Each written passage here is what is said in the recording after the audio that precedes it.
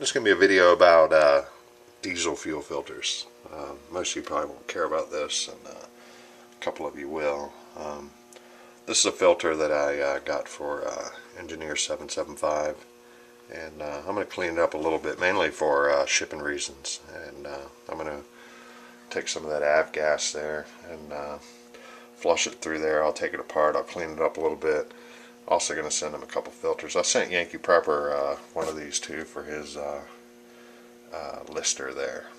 And so we'll go through a little bit of this, and let me show you some of the systems I got going here. I basically got the same system on this kilo pack that I have on the boat outside. That's a Raycor there with a 2 micron filter, and the one outside is a 1000, just like the one that I'm going to send out to Engineer 775, and that one's got a 30 micron in it, and that's there behind those drums. I can't even move those drums to get to it, which is kind of dumb. And this is a good example of a fuel system. Here's another one of those 1000s. Of course, I fixed this one all up, and I guess Scott's going to do all the painting on his. And then I go into another one. This isn't a 1000, this is a 200, I think. This one's got a 2 micron filter. That one's got a 20 micron. And then on the engine itself, there's a 2 micron. So let's get back to Engineer 775's filter. So now let me get what I need to take it apart. Extension, 3/8 socket. So now I'm just going to take it apart. And the gaskets that come with the filters also replace the gasket that's down under here. I'm going to replace that one.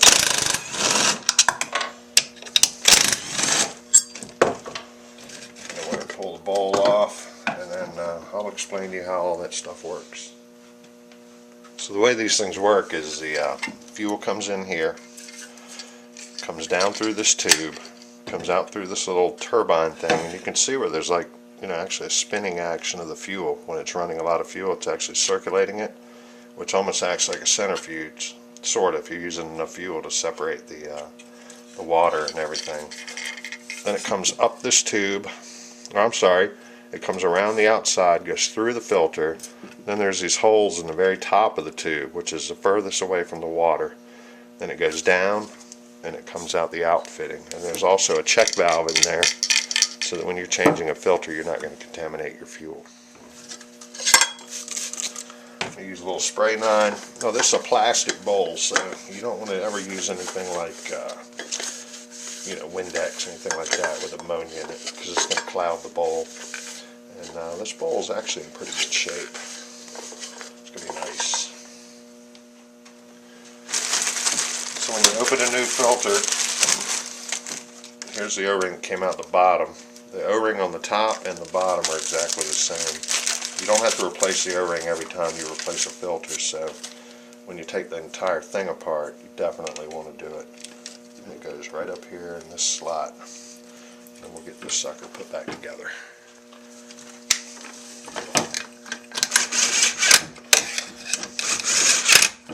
I'm just going to snug these things. I'm going to go back and check them by hand.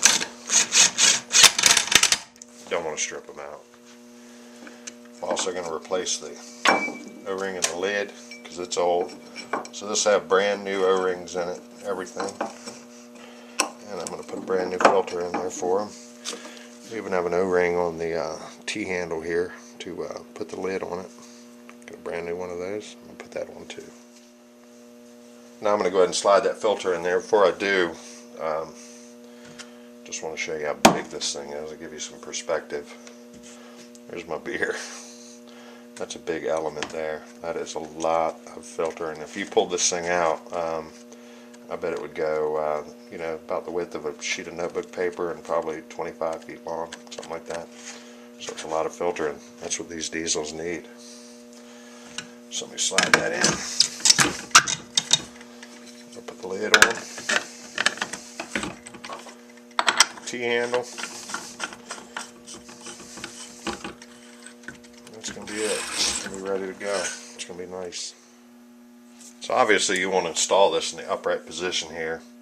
And I'm going to send you these fittings with it too. These are probably not what you're going to use. But these things are made by Parker Hose Company. And the fittings on them are somewhat proprietary. Like these fittings here, like an O-ring face, and these are not regular flares. The degrees are different. These are called JIC fittings. So if you're going to get one of these Raycors, you're going to need to do a little investigating. You can't like go to the hardware store and get the fittings. So once again, you know, they're made by Parker Hose Company. And the way it's going to work is the fuel is going to come out this here. It's going to separate all the water, and you'll be able to see the water level in there. And once it gets too high, you just open this valve at the bottom here. Obviously with the generator not running, or whatever you're running on diesel, and you can drain the fuel right out without having to break the system at all. And you should be able to go a really long time. You can put some terrible fuel through one of these things. So with any diesel engine, fuel is key.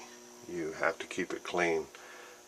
You know, it's not as big of a deal on your trucks and things like that because you use them all the time, but some of these ones that just sit around waiting for something to do, it can be pretty important. And then it depends on where you're getting your fuel from and how long it sits.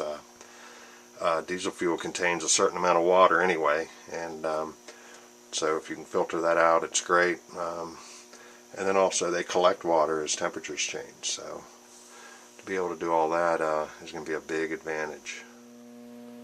So I'm going to be shipping this out to a good friend of mine tomorrow. If you don't know who Engineer775 is, go check out his channel.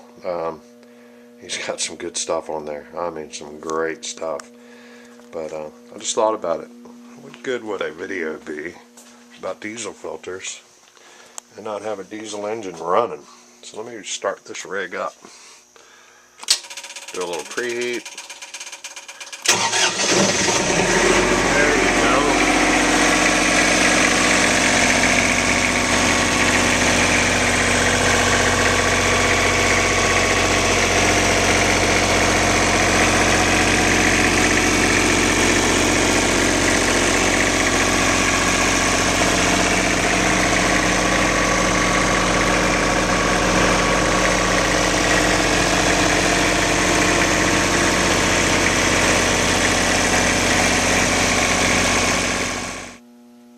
So there you go. This thing's going to be coming out to you, brother.